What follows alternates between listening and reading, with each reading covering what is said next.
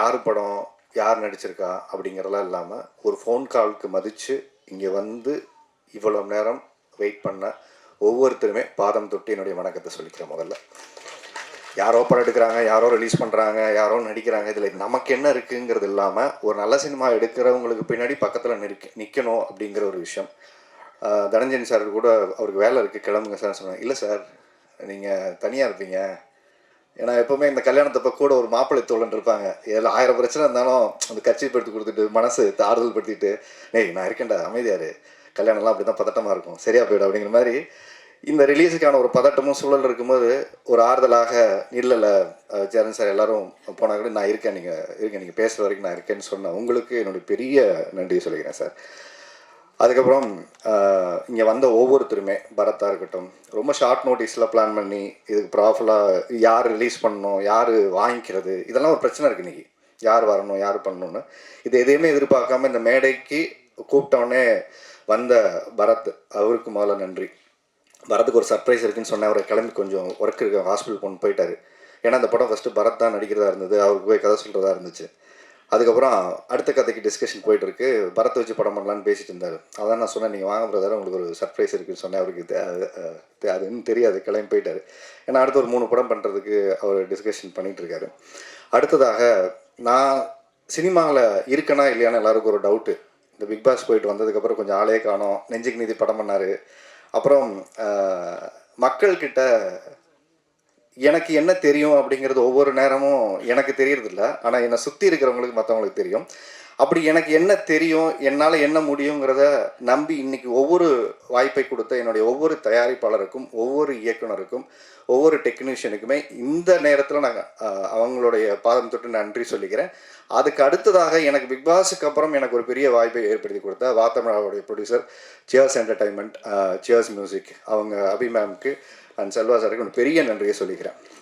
எனக்கு வெளியில் நான் ஷூட்டிங் போகிறேன், எல்லா ஊர்களுக்கு போகிறேன், எல்லா இடங்கள்லையும் அவங்க சொல்கிற ஃபஸ்ட்டு விஷயம் நெடுஞ்செல்வா சார், மாயா சார், அடுத்து வந்து பிக் பாஸ் சார், அடுத்து இப்போ போய் சேர்ந்துருக்கிறது சார் உங்கள் வாத்தமிழ நல்லா இருக்கு சார், அந்த ஷோ பயங்கரமாக பேசுகிறீங்க சார், அது நல்லா பண்ணுறீங்க சார், நிறைய நல்ல நல்ல விஷயங்கள் நாங்கள் லைஃப்பில் என்ன பேசுகிறோமோ அதை அப்படி ரிஃப்ளெக்ட் பண்ணுங்க சார், அதை விடாமல் பண்ணுங்கள் சார்ன்னு சொல்லும்போது ஒரு எளிவனுடைய குரலாக அந்த ஒரு ஷோ இன்னைக்கு உயிர்ப்போடு இருக்குன்னா, இப்படிப்பட்ட ஒரு ப்ரொடியூசர் பணத்தை பார்க்காம மக்களுக்கு கொண்டு போய் சேர்க்கக்கூடிய ஒரு ஷோவாக இன்றைக்கி மாறி இருக்குது சக்ஸஸ்ஃபுல்லாக.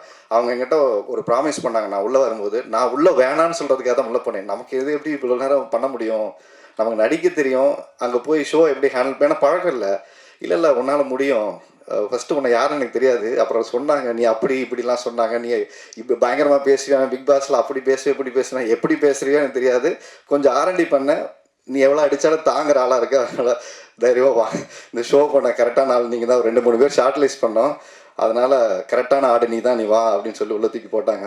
ஸோ அவங்க ஒரு ப்ராமிஸ் பண்ணாங்க, 1 வருஷம் அந்த ஷோ பல கிடச்சிட்டு நீங்கள் பண்ணுங்கள், அது ஒரு இடத்துக்கு போய் சேரும் அப்படின்னு சொன்னாங்க. அதே மாதிரி 1 வருஷம் அந்த ஷோ முடிஞ்சு லாஸ்ட் ஒரு ஃபியூ வீக்ஸ் மேக்ஸு டிஆர்பியில் இது வரைக்கும் கலைஞர் டிவிலே ஹையஸ்ட் டிஆர்பி ஒரு ஷோ ஹிட் ஆச்சு. அதாவது பக்திமான் மனைவிகளிடம் மாட்டிய கணவர்கள் அப்படிங்கிற அந்த ஷோ ஆல்மோஸ்ட் 1 பாயிண்ட்டுக்கு மேலே டிஆர்பி ஒரு பெரிய சக்ஸஸ்ஃபுல்லாக அது இருந்துச்சு. கலைஞர் டிவின்னு கூப்பிட்டு எல்லாருமே பாராட்டினாங்க, மேம் எல்லாருமே பாராட்டினாங்க. இது ஏன் சொல்கிறேன்னா, இதுக்கப்புறம் ஷோ பண்ணுறாரு, டிவிக்கு போயிட்டாரு, படம் கிடம் பண்ணுறாரா ஒன்றுமே தெரில, ஆனால் ஆள் மட்டும் ஷூட்டிங் போயிட்டே இருக்காரு அப்படின்னு சொல்லிட்டு. ஏன்னா நிறைய இந்த இடைப்பட்ட காலத்தில் மற்றவங்க ஆடியோ லான்ச்சுக்கு வர்றது அதிகமாகிடுச்சு. நான் ஏன் ஆடியோ லான்ச்சுக்கு நானே வர்றது கொஞ்ச நாளுக்கு அப்புறம், சில வருஷங்களுக்கு அப்புறம் இப்போ தான் வரேன். அப்படிப்பட்ட ஒரு வாய்ப்பு ஏற்படுத்தி கொடுத்த என்னுடைய தயாரிப்பாளருக்கு நான் நன்றி சொல்லணும். தயாரிக்கிறது முக்கியமாக தயாரிப்பாளருக்கு ஏன் நான் நன்றி சொல்லணும் அப்படின்னா, இந்த படம் பண்ணதுக்கு சூரி எனக்கு ரொம்ப நண்பர், லக்ஷ்மண் எல்லாருமே எனக்கு ஃப்ரெண்டு, ஏற்கனவே படம் பண்ணியிருக்கோம். இது ரொம்ப கொஞ்சம் எனக்கு கோவம் இருக்குது, எனக்கு எமோஷன்ஸ் இருக்குது. இப்போ இதெல்லாம் நான் இங்கே எதுவுமே உங்கள்கிட்ட காட்ட விரும்பலை. ஏன்னா நிறைய அவமானங்களை தாண்டி தான் ஒவ்வொரு கலைஞர்களுமே இந்த சினிமாவுக்கு வராங்க. அவமானப்படாத யாருமே வர முடியாது. இது எனக்கும் அது ஒரு தடவை இல்லை, 2 தடவை இல்லை, பலாயிரம் தடவை அந்த விஷயம் நடந்துகிட்டே இருக்குது, திருப்பூர் நடந்துகிட்டே இருக்குது, இன்றைக்கி நடந்துகிட்டே தான் இருக்குது. இது எனக்கு மட்டும் இல்லை, சினிமாவை நேசிக்கிற ஒவ்வொருத்தருக்குமே நடந்துகிட்டு இருக்குது. இது எனக்கு மட்டும் புதுசாலாம் இல்லை. அது சுந்தர் சாருக்கு நடக்குது, எனக்கு நடக்குது, மற்ற கலைஞர்களுக்கு எல்லாருக்குமே நடக்குது.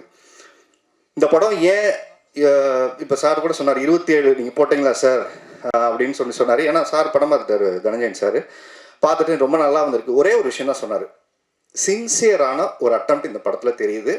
அது ஒரு இயக்குனரா, ஒரு தயாரிப்பாளரா, நடிகரா, டெக்னீஷியனா எல்லாரும் ஒரு சின்சியர் படம் எடுக்கணுங்கிற ஒரு முயற்சி எடுத்திருக்கீங்கன்னு ஒன்று இருக்குல்ல, அது போதும் சார். ஏன்னா 150 ரூபா கொடுத்து படம் பார்க்குறவனுக்கு எப்படிப்பட்ட படத்தை கொடுக்கணுங்கிறதான் எல்லாரும் கனவோட படம் எடுக்கிறோம், நான் உள்பட எல்லாருமே. ஆனால் அதை சாட்டிஸ்ஃபை பண்ணுற இடத்துல தான் ஃபெயில் ஆகிட்டே இருக்கும். எக்ஸாம் எழுதிக்கிட்டே இருக்கும், ஆனால் ஃபெயில் ஆகிட்டே இருக்கும். ஏன்னா நம்ம கொஸ்டின் பேப்பர் தெரிஞ்சுக்கிட்டு தான் ஆன்சர் எழுதணும் நினைக்கிறோம், யாருக்கும் தெரியறதில்லை. ஏன்னா அவரை நோக்கி வைக்கப்பட்ட ஒரு கேள்வி. புது ப்ரொடியூசர் ஃபர்ஸ்ட் டைம் ஒரு படம் ஆரம்பிச்சாரு, அந்த படம் பாதியில் நின்று போச்சு. அதுக்கப்புறமா சினிமா அந்த குடும்பம் நம்பி அவரை சினிமாவுக்கு இங்கே அமுச்சு வச்சிருக்கு. என்கிட்ட சௌரியா வந்து சொன்னார், சார் உங்களுக்கு ஒரு 20-25 நாள் டேட் இருக்கும், நீங்கள் வர்றீங்க, நல்லபடியாக நடித்து கொடுக்குறீங்க, கிளம்பிடுறீங்க. இவ்வளோதான் சூர்யா சொன்னார் என்கிட்ட. வேறு எதுவுமே நீங்கள் வந்து கதையை கேளுங்க, பிடிச்சதுன்னா சொல்லுங்கள், வரீங்க, நடிக்கிறீங்க, கிளம்புறீங்க, இவ்வளோ தான் எனக்கு சொன்னார். சூர்யாக்காக சொன்னேன், சூர்யா யார் பண்ணுறாருன்னா லக்ஷ்மண் எல்லாமே டீமாக பண்ணுறாரு, புது ப்ரொடியூசர் நம்மளை நம்பி வந்திருக்காரு பிரதர் அப்படின்னாரு. அதே மாதிரி நாங்கள் போனோம், நடித்தோம், வந்தோம், போனோம், நடித்தோம், வந்தோம். இப்படி 25 நாள் முடிஞ்சிச்சு. படம் முடிஞ்சது. எடுத்து அந்த படத்தை வந்து பார்த்தாரு, நாங்களும் பார்த்தோம். சின்ன சின்ன விஷயங்கள் பண்ணால் நல்லா இருக்குன்னு ஒரு சஜஷன் சொன்னோம். அப்போ அவருக்கு சினிமா தெரியாது. அப்போ அவர் என்ன சொன்னார், இல்லை சார் நல்லா தான் இருக்குது, நம்ம பண்ணிடலான்னாரு. அவருக்கு எல்லாருக்கும் ஒரு குழப்பம் இருந்துச்சு, எப்படி அவரை கன்வின்ஸ் பண்ணுறது எங்களுக்கு தெரியல. ஆல்ரெடி காசு செலவு பண்ணிட்டாரு, கொண்டு வந்த காசுலாம் கரைஞ்சி போச்சு. ஏன்னா படமாக சொல்லி திருப்பி எடுக்கணுமே, இவங்க எல்லாம் சரியான ஆட்களா இல்லை நம்ம காசை கரைக்கிறதுக்காக ஒரு ஐடியா பண்ணுறாங்களா அப்படின்னு அவருக்கு ஒரு டவுட் இருந்துச்சு. அவருக்கு நான் எப்படி சொல்லி புரிய வைக்கிறேன்னு தெரில. நேராக வீட்டுக்கு போனார். வீட்டுக்கு போய் படம் காமிச்சார். உண்மையாகவே இன்றைக்கி நீங்கள் பார்த்த பாட்டு, நீங்கள் பார்த்த விஷுவல்ஸு எல்லாமே ஏற்கனவே எடுத்துருந்தது தான். அதில் கொஞ்சம் நேர்த்தியாக இன்றைக்கி எக்ஸ்ட்ரானரியாக அந்த படம் பார்த்துட்டு நல்லா இருக்குது அப்படிங்கிற ஒரு இடத்துக்கு இந்த படம் நகர்ந்துருக்குன்னா, இந்த படத்துக்கு முதல் பார்வையாளராக இருந்தது அவங்களுடைய 2 பொண்ணுங்க, அவங்க மனைவி. நீங்கள் அவங்களுக்கு தான் நன்றி சொல்லணும். இந்த படம் சிறந்த படமாக இன்னைக்கு வந்திருக்கிறதுக்கு மிக முக்கியமான காரணம், படம் எடுத்துட்டீங்க, இவ்வளோ காசை போட்டு ஒரு நல்ல படம் எடுக்க வேண்டியதானே, அது என்னன்னு பார்த்துக்கலாம் போங்க அப்படின்னு அந்த பிள்ளைங்க சொன்ன அந்த தைரியம், தன்னம்பிக்கை தான் வந்துட்டு அப்படி இப்படி சுறுசுறுப்பாக வந்தார். சார் அது என்னமோ சொன்னீங்களே சார், வாங்க சார் அதெல்லாம் கொஞ்சம் என்னமோ பேசிடலாம், டிஸ்கஸ் பண்ணிடலாம். இல்லைன்னா அவர் அடுத்த வாரமே ரிலீஸ் பண்ணிடலான்ட்டாரு. நான் அடுத்த படத்துக்கு போகிறேன் சார், இதில் விட்டதெல்லாம் நான் அதில் பிடிச்சிக்கிறேன்னாரு. சார் விட்டதை பிடிக்கிறேன் இந்த சினிமாவில் அது பின்னாடி துரத்திக்கிட்டே இருக்கிறவங்க தான் இங்கே அதிகம். அதனால் ஒரு படம் எடுக்கும்போதே சரியாக எடுத்து அந்த பேனர் எல்லாத்தையும் முடிவு பண்ணிட்டோம்னா சரியாக போயிடும்னு சொன்னேன். அன்னைக்கு அவங்க வீட்டில் சொன்ன விஷயத்தை எல்லாருமே உட்காந்து கவனித்து ஒரு டீமாக பண்ணி, நாங்கள் போடாத சண்டை இல்லை. உண்மையாகவே சொல்கிறேன், சண்டைன்னா ஒரு நல்ல ஹெல்த்தியான டிஸ்கஷன். அவர் ரொம்ப இன்னசென்ட்டு. இவர் எவ்வளோ இன்னசென்ட்னு கேட்டுட்டிங்கன்னா, உள்ளுக்குள்ள ரத்த கொதிப்பை பாட்டு கேட்டிருப்பீங்கல்ல, அப்படி இருப்பார் உள்ளுக்குள்ள. இவர் ஒன்றும் என்ன சார் நடக்குதுன்னு, இல்லை சார் பாவம் அவர் ஏதோ கொஞ்சம் பேசிகிட்டு இருக்காரு, யார்கிட்டயோ ஃபோனில் பேசிட்டு கொஞ்சம் ரிலாக்ஸ்டாக இருக்கார். அவர் ரத்த கொதிப்பை இவர் இவ்வளோ தான் டீல் பண்ணுவார். ஏன்னா அவங்க 2 பேருக்கு லவ் பண்ணுற மாதிரி தான். அவர் அங்கே டென்ஷன் ஆவார், பேசுவார். இவர்கிட்ட எந்த விதமான கூலாக இருப்பார், தண்ணி மாதிரி. அது எது ஊற்றினாலும் அணைஞ்சிடும். அதனால் சுந்தர் சார்கிட்ட வேலை செய்ய ரொம்ப ஈஸி, ரொம்ப ரொம்ப ஸ்வீட். ஆக்சுவலாக அவர் கோவப்பட்டு நீங்கள் பார்க்கவே முடியாது. அதிகபட்ச கோவம்னா அதை விடுங்க சார், இதுதான் அதிகபட்ச கோவம். அதை மீறி அவர் எதுக்குமே ரியாக்ட் பண்ண மாட்டார். அப்படிப்பட்ட ஒரு மனிதர் ஒரு படம் பண்ணி இன்னைக்கு இவ்வளோ பேருக்கு ஒரு வாய்ப்பை ஏற்படுத்தி கொடுத்த இன்னும் விஷயத்தை தாண்டி இன்னொரு விஷயம் சொல்கிறேன் சார். ஒவ்வொரு நாளும் க்ளீன் செட்டில்மெண்ட்டு ஆன் டேட், அன்னைக்கே எனக்கு உள்பட எல்லாருக்கும் சம்பள பாக்கி இல்லாமல் கொடுத்த ஃபஸ்ட்டு திருப்பூர்லேருந்து வந்த ஒரு ப்ரொடியூசர். அவருக்கு கடன் வாங்குறாரு எது சார், என் ஆஃபீஸில் யாரும் வந்து நிற்கக்கூடாது சார், நான் கடங்காரன்னு சொல்லக்கூடாது சார், என்னை யாரும் வந்து தப்பாக பேசக்கூடாது சார். ஆன் டேட்டுக்கு செட்டில் பண்ணார். ஏன்னா சூர்யா சொல்லும் போது ஒரு விஷயம் சொன்னார், ஒரு புது ப்ரொடியூசர் படம் பண்ணும்போது நம்ம எப்போ டெக்னீஷியன் சப்போர்ட் பண்ணுவாங்க சார், அன்னன்னைக்கு அவங்களுக்கு பேமெண்ட் கொடுத்துடலாம் சார், 10 நாள் வச்சுக்கிட்டு பண்ணோன்னா அவங்களும் கொடுப்பாங்களோ இல்லையோ நம்பிக்கை இருக்கும். ஏன்னா பெரிய பேனர் மேலே நம்பிக்கை இருக்கும். 10 நாள் கழிச்சு பேமெண்ட் போடுவாங்க, 20 நாள் கழிச்சு பேமெண்ட் போடுவாங்க. ஆனால் மனோ கிரியேஷன்ஸு நம்பி இன்றைக்கி எல்லா டெக்னீஷியனுக்கும் வந்து வேலை செய்வோம் சார். நான் உள்பட சம்பளம் கொடுக்கலன்னா கூட வந்து வேலை செய்வோம். ஏன்னா அடுத்தவங்க காசு நம்ம காசு மாதிரி நினச்சி வேலை செய்யக்கூடிய ஒரு ப்ரொடியூசர். அவங்க காசு நமக்கு எதுக்கு சார், கொடுத்துருவோம் சார், அப்புறமா பேசுவோம் சார் அப்படின்னு. ஆனால் சில நேரங்களில் கராராக பேசுவார். கண்டிஷன் அப்படி தான். வீட்டில் பொண்டாட்டி எப்படியோ அப்படி தான் அவரும் எங்ககிட்ட பொண்டாட்டி மாதிரி நடந்துப்பார். சில நேரம் கொஞ்சம் கோவமாக பேசுவார், அப்புறம் லவ் பண்ணுவார், அப்படி சாப்பாடை போட்டு அள்ளி திணிச்சிடுவார், நம்மளால் ஒன்றும் முடியாது. அதனால் ஒரு அன்பான ராட்சசன்னு சொல்லலாம், ராட்சசின்னு சொல்ல முடியாது, ஒரு ஆண். அதனால் ஒரு அன்பான ராஜேஷன் அவர். சினிமாவுக்கு இப்படிப்பட்ட ப்ரொடியூசர் கிடைச்சதில் ரொம்ப சந்தோஷம். ரொம்ப அடமெண்ட்டாக நான், டைரக்டர் லக்ஷ்மண், நாங்கள் நிறைய டார்ச்சர் பண்ணியிருக்கோம் அவரை. ஒரே விஷயம் தான் சொன்னேன், இன்ன வரைக்கும் நான் சொல்லிட்டு இருக்க ஒரே விஷயம், ஏன் அவரோட நான் நிற்கிறேன் இந்த ஆடியோ லான்ச்சில் ரிலீஸ்க்கு அப்புறம் எப்போனாலும் அவரோட நண்பரை நான் சம்பாதிச்சிருக்க விஷயம் என்னென்னா, சினிமாவுக்கு ஒரு நல்ல ப்ரொடியூசர் வந்தார், அவரை சரியாக வழி நடத்தணும், சரியாக அந்த ஒரு நல்ல படம் பண்ணுச்சுங்கிற சந்தோஷத்தோடு ஒரு மனுஷன் வெளில போகணும். தப்பாக ஒரு படம் பண்ணோம், தப்பாக கைட் பண்ணோம், காசை தப்பாக மிஸ்யூஸ் பண்ணோன்னு இல்லாமல் இந்த குழுவை பொறுத்த வரைக்கும் எல்லாமே ஒரு சரியான முயற்சியாக எடுத்து தரன் எல்லாமே கூடுதல் செலவு இருந்தாலும் இந்த படத்துக்கு பரவாயில்ல சார். இதுக்கு அதனால தான் இப்போ சார் சொன்ன ஸ்கேலுக்கு இந்த படம் மாறினதுக்கான காரணம் என்னென்னா, அடுத்து 25 நாள் நம்ம ஷூட் பண்ணியிருந்தோம். ஸோ இந்த படம் ஒரு 45 நாள் 48 நாள் ஒரு பெரிய படத்துக்கான செலவை இன்னைக்கு இந்த படம் பண்ணி இந்த நம்பிக்கையோடு வந்திருக்கு. அடுத்து அவர்கிட்ட வச்ச ஒரு கேள்வி, ஆரியை நம்பி எதுக்கு இவ்வளோ காசு போட்டு படம் எடுக்கிறீங்க? அவர் பிக் பாஸ் போயிருக்காரு, அவர் ஆல்ரெடி படம் பண்ணி அவர் பல வருஷம் ஆச்சு. அவர் தேட்டருக்கு அவருக்கு என்ன பிஸ்னஸ் இருக்குது, இப்போ என்ன பெரிய குறை, நான் மண்டை குழம்பு போய் தர்றாங்க, எனக்கு எவ்வளோ பிஸ்னஸ் இருக்குன்னு யாருக்குமே தெரில, எனக்குமே தெரில. அதாவது ஓடலைன்னு சொல்லி ஒரு நம்பரை சொல்லலாம், ஓடி இருந்தால் ஓடி இருக்குன்னு சொல்லி ஒரு நம்பரை சொல்லலாம். ரெண்டுமே சொல்ல முடியாத ஒரு நம்பர் இருக்கும்போது அவர் சொன்ன ஒரு விஷயம், டிஸ்ட்ரிபியூட்டர்கிட்ட அவர் பேசிட்டு இருந்தார். அவர் சொன்ன விஷயம், சார் இந்த பக்கம் மைனஸ்லையும் இல்லை, இந்த பக்கம் ப்ளஸ்லையும் இல்லை, நான் சேஃபாக இருங்க சார். ஏன்னா ஜீரோக்கு பக்கத்தில் எத்தனை நம்பர் வேணால் போடலாம் சார், ஆனால் மைனஸில் போயிட்டா தான் திருப்பி எடுத்துகிட்டு வர்றது கஷ்டம் சார். யாருக்கும் அறிமுகம் இல்லாத ஒரு முகத்தை நான் எடுத்துகிட்டு வரல, ஆனால் இந்த படம் மூலியமாக நான் எப்படி நீங்கள் நெடுஞ்சாலை ஒரு படம் ஒரு பெரிய வீட்டுக்கு கொண்டு போய் சேர்த்துச்சு, எப்படி மாயா அவங்களுக்கு ஒரு அங்கீகாரத்தை ஏற்படுத்தி கொடுத்துச்சு, அப்புறம் நாகேஸ்வரிங்கம் ஒவ்வொரு படங்களும் ஒரு அங்கீகாரத்தை ஏற்படுத்தி கொடுக்குதோ, இன்றைக்கு வெற்றி அடைஞ்ச ஹீரோக்கள் நிறைய பேர் இருக்காங்க, பிஸ்னஸ் உள்ள ஹீரோக்கள். அவர் சொன்ன விஷயம், அவர்கிட்ட சொன்ன விஷயம், வெற்றி அடைஞ்ச ஹீரோக்கள் பல பேர் இருக்காங்க. இன்னொன்று அடுத்த கட்ட நகர்வை நோக்கி நகரக்கூடிய ஹீரோக்கள் இருக்காங்க. இந்த ரெண்டு பேருக்கு இடையில போராடக்கூடிய பல நல்ல ஹீரோக்கள் இந்த சினிமாவில் இருக்காங்க சார். அவங்களுக்கான வாய்ப்புங்கிறது இங்கே யாரோ ஒருத்தர் ஏற்படுத்தி கொடுத்து தான் சார் எல்லாருக்கும் நடந்திருக்கு. ஏன்னா அவருக்கு இவ்வளோ புரிதல் இருக்குன்னு எனக்குமே தெரியல சார். ரஜினியை ஃபஸ்ட்டு படம் பண்ணும்போது யாருக்கும் தெரியாதுல்ல சார். இன்றைக்கி நமக்கு ரஜினி சார், இன்றைக்கி விஜய் சார், இன்றைக்கி அஜித் சார், யார் எப்போ மாறுவாங்கன்னு யாருக்குமே தெரியாது சார். ஒரு படம் தான் அவங்க வாழ்க்கையை மாற்றிருக்கு சார். காந்தாராங்கிற ஒரு படம் கர்நாடகத்துலேருந்து இன்றைக்கி வந்ததுக்கப்புறம் அந்த ஹீரோ நமக்கு யாருக்குமே தெரியாதுல்ல சார்.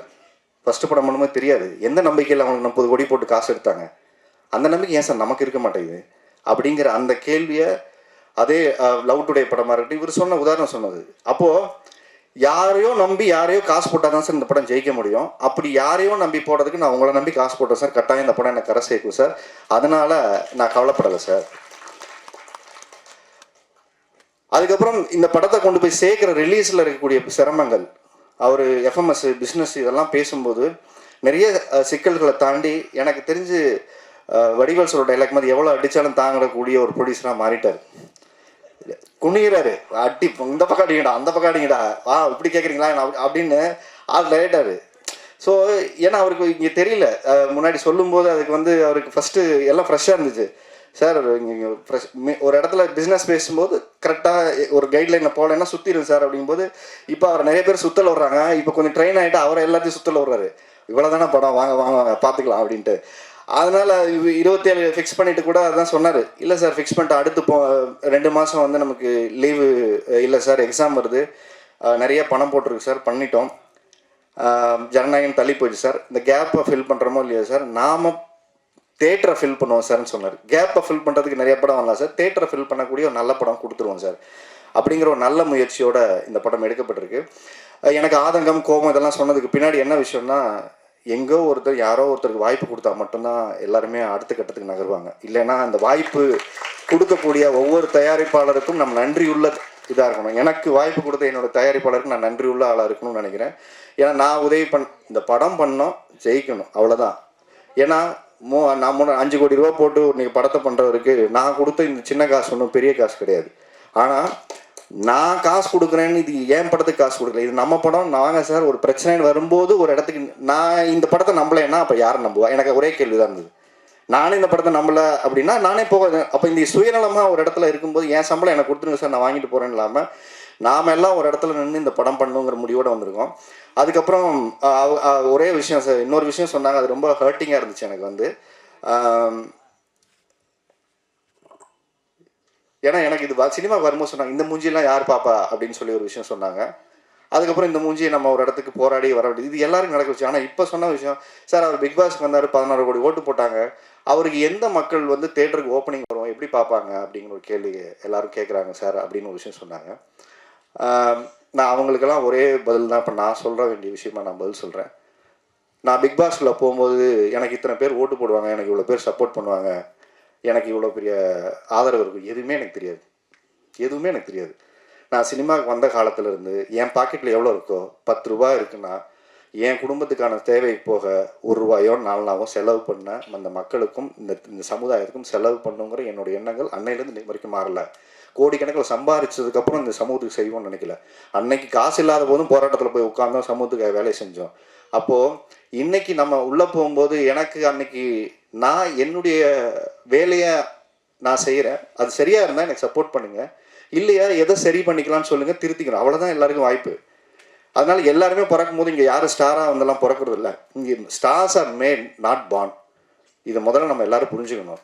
நாளைக்கு நீங்களும் ஸ்டார் தான், அவரும் ஸ்டார் தான், அவரும் ஸ்டார் தான். நாளைக்கு நான் அடுத்த படம் பண்ணுறேன், எனக்கு மாரி சார் உட்காந்துருக்காரு, என்னோட கேமராமேன் உட்காந்துருக்காரு, மியூசிக் டைரக்டர் ஹமரா உட்காந்துருக்காரு, பாண்டியன் உட்காந்துருக்காங்க. தேர் நெக்ஸ்ட் ஸ்டார்ஸ், அடுத்த ஜென்ரேஷனுக்கான ஸ்டார்ஸ் தான் அவங்க எல்லாருமே. அப்போ எங்கோ ஒரு இடத்துல யாரோ ஒரு நம்பிக்கையாக கொடுக்குற வாய்ப்பு தான் ஒரு மனிதன் இங்கே மாற்றுது. அப்போது அவங்க எல்லாருக்கும் இந்த படமாக மூலியமாக நான் சொல்லுகிற ஒரே வாய்ப்பு, என்னை நோக்கி எரிந்த கற்களை எல்லாம் ஒரு பூக்களாக தான் நான் பார்க்குறேன். ஏன்னா நான் ஒரு நல்ல படம் கொடுக்கணுங்கிற பொறுப்புணர்ச்சி அதை கொடுக்குதே தவிர இந்த கோவமே கிடையாது. நல்ல படம் கொடுத்து எடுத்துகிட்டு வரேன், வாங்க போராடுவோம், மக்களை நோக்கி ஒரு படத்தை கொடுக்கறதுக்கான என்ன முயற்சியோ அதை பண்ணியிருக்கோம். அதில் ஏதாவது குறை இருந்தால் சொல்லுங்கள், அடுத்த படம் திருத்திக்கிறோம், இவ்வளோதான். இந்த படத்தோட முயற்சியும் அப்படி தான். ஒரு நல்ல படமாக எடுத்தாச்சு, எங்கள் அறிவுக்கு உட்பட்ட ஒரு நல்ல படத்தை எடுத்திருக்கோம், ஒரு தரமான ஒரு படத்தை எடுத்திருக்கோம். மியூசிக் டைரக்டர் அவருடைய உழைப்பை போட்டிருக்காரு, டைரக்டர் போட்டிருக்காரு, கேமராமேன் போட்டிருக்காரு, ஃபைட் மாஸ்டர் போட்டிருக்காரு. இந்த படத்தில் என்றைக்கும் நான் செத்துருப்பேன். அது ஆக்சுவலாக ஒரு day and night 38 hours shoot பண்ணோம். காலையில் 6 மணிக்கு மொதல் நாள் ஆரம்பித்து அப்படியே ஃபுல்லாக ஷூட் பண்ணி அப்படியே காலையில் 7-8 மணிக்கு போய் அந்த மொட்டை மாடியில், அந்த மாடியில் வந்து ஒரு ஷாட் இருக்கும் மேலே ஏறி.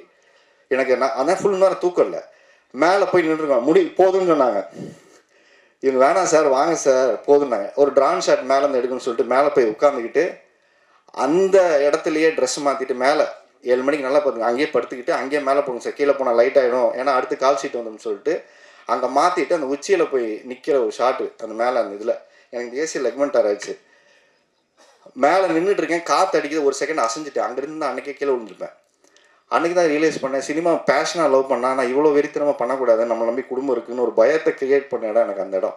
இல்லை அது ஒரு ஷாட் எடுத்துடலாம் சார், வாங்க சார், ஏன்னா இவர் ஃபீல் பண்ணிட்டார், மேலே போகலாம் சார், லைட் ஆச்சு நாளைக்கு எடுத்துக்கலாம். நாங்கள் ஏன் இதை சொல்கிறேன்னா, சினிமாவை பேஷனோடு வேலை செய்யக்கூடிய எத்தனையோ பேர் இங்கே இருக்காங்க. அவங்களுக்கான வாய்ப்பை ஒரு இடத்த கொடுக்கக்கூடிய இயக்குனரும் அதுக்கான ப்ரொடியூசரும் கிடைக்கும் போது சரியாக பயன்படுத்திக்கிற ஒரு வாய்ப்பாக தான் அதை நான் பார்க்குறேன். இப்போ நான் அந்த கோபம் ஆதங்கள்லாம் சொன்ன விஷயத்துக்கு நான் பதில் சொல்கிறேன் என்னென்னா, சார் எனக்கு ஓட்டு போடும்போது இவ்வளோ பேர் 16 கோடி பேர் ஓட்டு போட்டாங்க சார். யார் ஓட்டு போடுவாங்கன்னு எனக்கு தெரியாது சார். யார் வந்து எனக்கு ஜெயிக்க வைப்பாங்கன்னு தெரியாது. எனக்கு கப்பை குத்தி கொடுப்பாங்கன்னு எனக்கு வரல. இன்ன வரைக்கும் இந்த 9ஆவது சீசன் போச்சு, இன்ன வரைக்கும் ஒவ்வொருத்தரும் வந்துக்கிட்டே இருக்காங்க. எல்லாருக்கும் என்னுடைய பாராட்டுகள், எல்லாருக்கும் வாழ்த்துக்கள். ஆனால் ஒரு இடத்துல நான் என்னவா இருந்தேங்கிறதுக்கு தான் எனக்கு ஓட்டு போட்டாங்க. இந்த படம் என்னவா இருக்குன்னு பார்த்தா அதுக்கு நீங்கள் ஓட்டு போடுங்க. ஆனால் முன்னாடியே ஜட்ஜ் பண்ணாதீங்க, இது நல்லா இருக்குது, இது நல்லா இல்லை, இவன் ஏன் வரணும், அவன் ஏன் வரணும்னு ஏன் கேட்குறீங்க? யார் வேணால் அந்த சினிமாவுக்கு வரட்டும். ஒரு பேரியரை ஒரு விஷயமா ஏன் அதை ஒரு இடத்துக்கு இவர் முன்னுக்கு வந்தால் என்ன நடந்துற போகுது, அதில் என்னால் என்ன நடந்துற போகுது? நான் ஒரே விஷயம் சொல்லுவேன், இருக்கிறவங்ககிட்ட காசு வந்தால் இருக்கிற இடத்துல போய் சேரும், இல்லாதவங்ககிட்ட காசு வந்தால் 100 பேருக்கு போய் சேரும். இது ரொம்ப முக்கியமான விஷயம். இந்த மாதிரி ஒரு ப்ரொடியூசர் நாளைக்கு ஜெயிச்சார்னா 100 படம் இல்லாதவங்களுக்கு படம் எடுப்பார், 100 பேருக்கு வேலை வாய்ப்பு கொடுப்பாரு. ரொம்ப முக்கியமான விஷயம். இந்த மாதிரி ஒரு ப்ரொடியூசர் ஜெயிச்சார்னா 100 பேருக்கு வேலை வாய்ப்பு கொடுப்பாரு. ஏன்னா தன்னம்பிக்கை. ஒரு சினிமா நல்ல சினிமா எடுத்தால் ஓட வைப்பாங்கன்னு நம்பிக்கையை யார் கொடுப்பா? தனஞ்சயன் வந்து இன்னைக்கு உட்காரணும்னு அவசியமே இல்லை. அவருக்கு நிறைய வேலை இருக்குது. அவர் அப்பவே போகிறேன்னு போயிருக்கலாம். ஆனால் நான் பேசி முடிக்கல சார், அது நல்லா இருக்காது சார், நீங்கள் பேசி வரீங்க சார் அப்படின்னு சொல்கிற விஷயம் இருக்குல்ல, இது போது சார். இந்த மாதிரி மனிதர்கள் இந்த சினிமாவில் சம்பாதிச்சதே ஒரு பெரிய விஷயம்னு நினைக்கிறேன். அப்போது இப்போ பிக் பாஸ் போகும்போது எந்த எதிர்பார்ப்பும் இல்லாமல் நான் எப்படி உள்ளே போனனோ, இப்போ எலெக்ஷன் டைம் எனக்கு ஓட்டு போட்ட வாக்காளர்கள் நம்பி தான் இந்த படம் எடுத்துருக்கிறேன். அவங்கள நம்பி தான் 27ஆம் தேதி வர்றோம். ஏன்னா அது சொன்ன வார்த்தை அது ஒன்று மாதிரி, சார் அவர் ஓட்டு போட்டவங்கெல்லாம் முடிச்சுட்டு வீட்டுக்கு போயிட்டாங்க, அவங்க ஒய்ஃபு ஸ்ரீலங்கெல்லாம் இருக்கலாம், அவங்கெல்லாம் அப்போ பார்த்தாங்க. இப்போல்லாம் வந்து அந்த மூஞ்சியை பார்த்து யார் தேட்டருக்கு வராங்கன்னு பார்க்கலான்னு ஒரு இடத்துல கேள்வியாகவும் கேட்டிருக்காங்க, சேலஞ்சும் பண்ணியிருக்காங்க. இந்த சேலஞ்சை நான் ஒரு இடத்துல என்ன சொல்கிறேன்னா, நான் நல்ல படம் எடுத்துகிட்டு வந்து கொடுக்குறேன், பாருங்க, நல்லா இல்லையா விமர்சனம் பண்ணுங்க, திருப்பிக்கிட்டு ஒரு படத்தை எடுத்துக்கிட்டு தான் வருவேன். ஓட மாட்டேன் மைண்ட் எங்கேயும். இந்த சினிமாவை விட்டு நான் ஓட மாட்டேன். ஏன்னா அந்த 20 வருஷமா அந்த சினிமாவை விட்டு என்னைக்கே ஓடி இருக்கணும், நான் என்னைக்கே ஓடி இருக்கணும். நீங்கள் வைக்கக்கூடிய ஒவ்வொரு விமர்சனங்களையும் அது எது சரியாக இருக்கோ எடுத்துக்கிட்டு திரும்ப வரேன். ஸ்ரீலங்காவில் இருக்கிறவங்க வந்து படம் பார்க்குறாங்களா, ஸ்ரீலங்கன் தமிழர்கள் வந்து படம் பார்க்குறாங்க, அவங்களெல்லாம் அவங்க பார்த்து ஓட வச்சுருவாங்களா, இல்லை இந்த மூஞ்சியெல்லாம் இங்கே பார்ப்பாங்களாங்கிற விமர்சனம் வைக்கிறீங்கல்ல, படம் பாருங்க, எது நல்லா இருக்குன்னு சொல்லுங்க, நடிப்பு நல்லா சொல்லுங்க, திருத்திக்கிறோம், நல்லபடியாக அடுத்த படம் எடுத்துகிட்டு வரோம். ஆனால் யார் வரணும் யார் வரக்கூடாது, இவங்களுக்கெல்லாம் இப்படி ஒரு ஒரு படம் எடுத்துகிட்டு வரனால இவரெல்லாம் ஏன் ஜெயிக்க வைக்கணுங்கிற இந்த இடத்துக்கு நம்ம போகவே வேணாம். யார் வேணால் இங்கே ஜெயிக்கணும் சார், யார் வேணால் இங்கே வரட்டும் சார். ஒரு நல்ல படம் எடுத்துகிட்டு வந்தால் அதை கொண்டாந்து சேர்க்கறதுக்கான முயற்சியை ஒரு தயாரிப்பாளர் காசு போட்டு படம் பண்ணும்போது அதுக்கு பாராட்டுற விஷயம் இல்லைன்னா கூட அதை நசுக்கிற வேலை இங்கே இருக்கக்கூடாது. அதை தான் இங்கே தனஞ்சயன் சார்னு சொன்னார். அதனால் இந்த படத்தோட கண்டென்ட் தான் பேசணும், நான் அதிகம் பேசக்கூடாதுன்னு நினச்ச ஒரு விஷயம். குறிப்பாக அவருக்கு நன்றி சொல்கிறதுக்காக இந்த டைம் எடுத்துக்கிட்டேன்.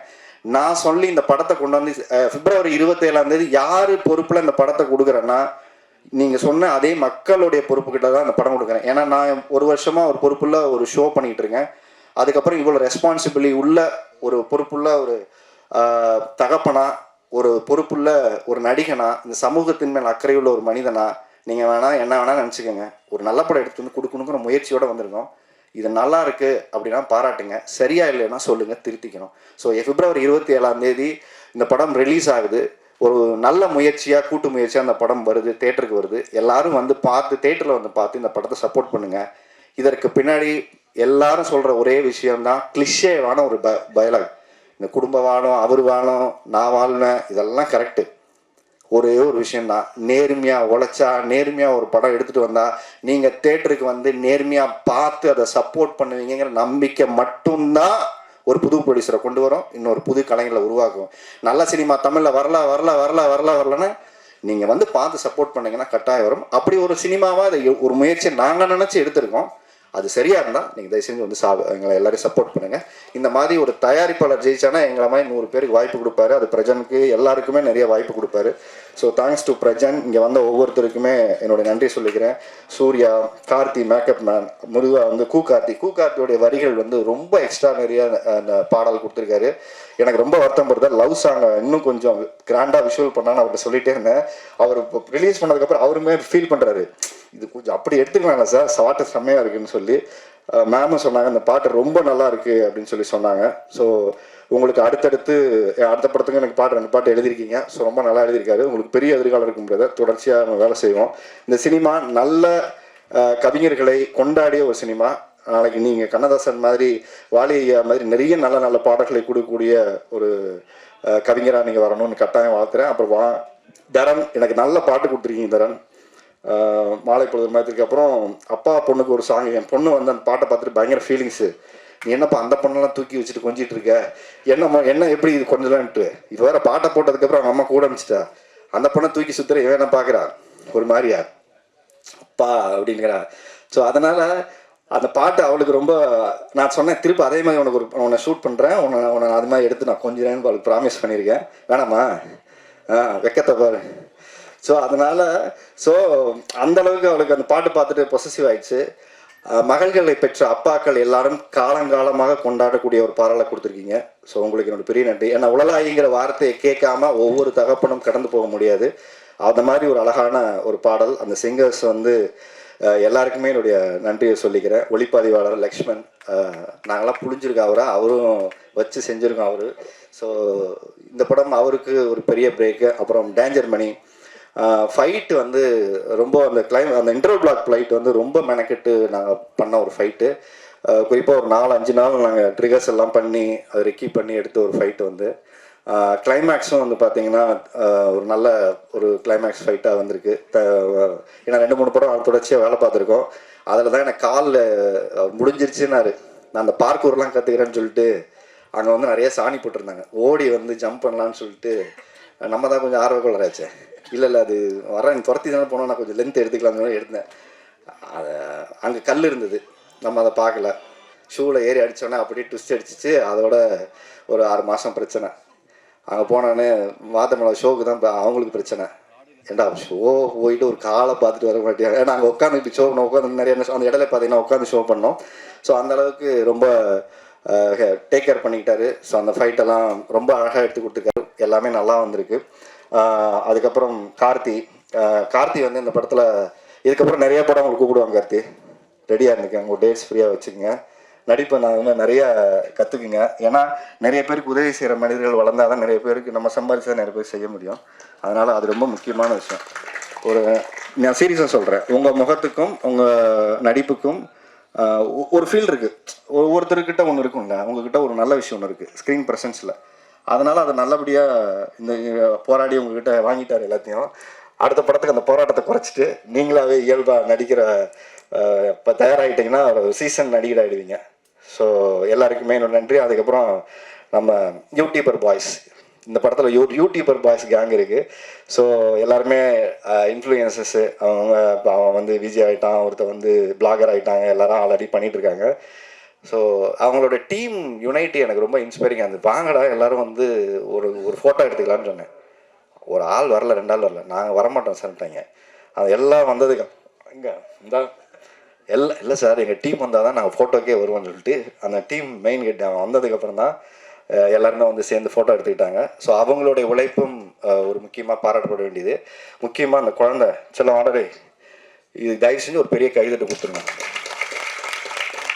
ஏன்னா நாங்கள் தூக்கம் முழிக்கிறது பெரிய விஷயம் இல்லை. இந்த குழந்தை வந்து அத்தனை நாள் தூக்கம் முழிச்சு எந்திரிச்சவொடனே வந்து டம்முன்னு அடிச்சுங்க, ஃபீல் பண்ணுடா, கொஞ்சம் அழுடா, கொஞ்சம் சோகமாயிடுறா. ஏன்னா அது வந்து பேச முடியாத குழந்தை வரையா, அதுக்கு ரியாக்ஷன் பண்ண அது வந்து சீசன்ட் ஆயிடுச்சு.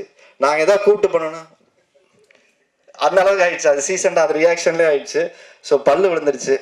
வளர்றதுக்குள்ளே படத்தை நாங்கள் ரிலீஸ் பண்ணிவிட்டோம். பல்லு விழுதுக்குன்னு சொல்லிட்டு 27ஆம் ரிலீஸ் பண்ணுறோம். ரொம்ப நன்றி, நல்லா பண்ணியிருக்கேன். அவங்க பேரண்ட்ஸுக்கும் என்னோட பெரிய நன்றி. எந்த வித இடைஞ்சல் கொடுக்காம, எந்த வித டார்ச்சரும் வழக்கமான ஹீரோயின் நம்மாக்கள் டார்ச்சர் மாதிரிலாம் எதுவும் இல்லாமல் நல்லபடியாக கூட இருந்து நல்லபடியாக முடிங்க சார்னு சொல்லிட்டு அவங்க ரொம்ப அழகாக பண்ணாங்க. தேங்க்ஸ் சொல்லும். ஓகே. ஸோ எல்லோரும் வந்து இருந்து இந்த படத்துக்கு இவ்வளோ நேரம் பொறுமையாக இருந்ததுக்கு நன்றி. பத்திரிகையாளர்களுக்கும் ஊடக நண்பர்களுக்கும் நான் சொல்லுகிற ஒரே ஒரு கோரிக்கை இதுதான். நீங்கள் ரொம்ப வருஷமாக என்னை பார்த்துட்டு இருக்கீங்க, ரொம்ப வருஷமாக எனக்கு சப்போர்ட் பண்ணியிருக்கீங்க, ரொம்ப வருஷமாக நல்லது கெட்டது எல்லாத்தையும் ஒன்று சொல்லியிருக்கீங்க. இது என்னுடைய பட விழாவாக இல்லாமல் இது நம்முடைய பட விழாவாக, உங்கள் குடும்ப விழாவாக இது இருக்குங்கிறத நான் நம்புகிறேன். ஏன்னா நான் நிறைய விழாக்களுக்கு வந்து பேசிட்டு போயிருக்கேன். என்னுடைய விழாவில் நான் பேசுகிற நேரமாக இதில் இருப்பதில் நான் வைக்கக்கூடிய உங்கள் கோரிக்கை, இந்த படம் நல்லா இருந்தால் சப்போர்ட் பண்ணுங்கள். அவ்வளோதான். நான் ஒரே ஒரு சொல்லுங்கள், இந்த படம் நல்லா இருந்தால் நீங்கள் தயவு செஞ்சு கொண்டு போய் சேருங்க. ஏன்னா உங்களுடைய ஒவ்வொரு ட்விட்டும் ஒவ்வொரு செய்தியும் தான் இப்படிப்பட்ட தயாரிப்பாளரை கொண்டாடும். ஏன்னா இதுக்கு பெரிய கூட்டு வந்து இங்கே நாங்கள் பிரம்மாண்டமாக பண்ண முடியாது. அவர் பிரம்மாண்டமாக படத்தை செலவு பண்ணிட்டாரு. ப்ரமோஷனுக்கும் எங்களால் என்ன சக்திக்கு உட்பட்டதோ அவர் பெஸ்ட்டாக செய்ய முயற்சி பண்ணுறாரு. ஸோ ஊடக நண்பர்கள், நீங்கள் கொடுக்கக்கூடிய ஒளியின் வெளிச்சத்தில் தான் இந்த படத்தின் வெற்றி இருக்கிறது. ஸோ இந்த படத்தை உங்ககிட்ட ஒப்படைச்சிட்டோம். அடுத்தது எலெக்ஷனில் ஓட்டு போட போகிற மக்கள்கிட்ட இந்த படத்தை ஒப்படைச்சிட்டேன். ஸோ யாரை ஜெயிக்க வைக்கணுங்கிறத அவங்க முடிவு பண்ணட்டும். 27ஆம் தேதி என்னுடைய முடிவு என்னன்னு எனக்கு தெரியும். எலெக்ஷனில் யார் ஜெயிக்க போகிறாங்க முடிவு மக்கள் முடிவு பண்ணட்டும். நன்றி, வணக்கம்.